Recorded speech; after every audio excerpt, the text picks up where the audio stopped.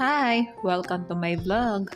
Ang video ko for today ay comparison ng Promil Gold versus Non-Opti-Pro na parehas na pang 1 to 3 years old.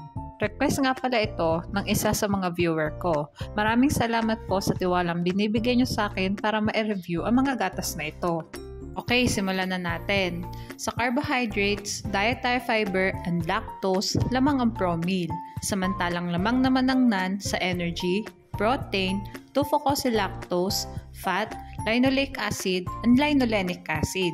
Sa DHA, lamang ang Promil, ngunit wala namang naka-indicate sa nutrition facts nito na sugars, samantalang lamang naman ang NAN sa arachidonic acid and sugars. At ito naman yung iba't iba pang klase ng fat na meron ang Promil Gold at nilagay ko na lang dito sa slide kasi medyo nahihirapan akong banggitin. Samantalang ito naman yung iba't ibang klase ng fibers na meron ng NAN at nilagay ko na lang din dito sa slide. Lamang ang NAN sa first category. Mag-proceed naman tayo sa vitamins. Sa carotenes and vitamin D, lamang ang Promil. Samantalang lamang naman ang NAN sa vitamin A, vitamin E, vitamin K, vitamin B1, and vitamin B2. Ngunit wala itong carotenes.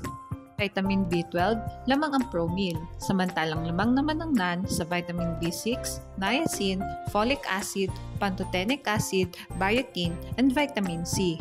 At guys, dahil nga may carotenes ang Promil na wala ang NAN, ay i-consider ko na lamang ang Promil sa vitamins. Kahit nga mas madaming pinagkalamangan ng NAN, kung meron namang dagdag na nutrients sa Promil, ma-i-consider ko na mas nutrient dense ito. Dito naman tayo sa minerals. Sa manganese, lamang ang Promil. Samantalang lamang naman ang NAN sa calcium, phosphorus, magnesium, iron, zinc, and copper. Iodine at potassium, lamang ang Promil. Samantalang lamang naman ang NAN sa sodium, chloride, and selenium. Lamang ang NAN sa minerals. At dito naman tayo sa other nutrients. Ang Promil ay may nucleotides, taurine, lutein, choline, inositol na wala naman ang NAN. Samantalang ang NAN, ang meron naman probiotics na wala naman ang Promil.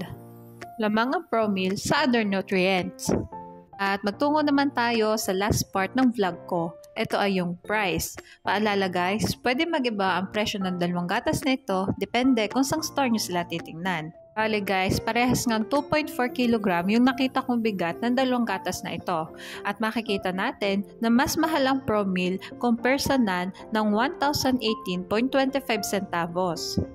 Ito na nga yung summary ng vlog ko today. Sa first category and minerals, lamang ang NAN. Samantalang lamang naman ang Promil sa vitamins and other nutrients. At mas affordable naman ang NAN compare sa Promil. Basta lagi nating tatandaan, pumili ng gatas na hiyang sa bata. Mahalagang paalala, breast milk is the best milk for babies. Okay, hanggang dito na lang po ang vlog ko. Sana ay nagustuhan nyo. Thanks for watching. Please like and subscribe for more videos.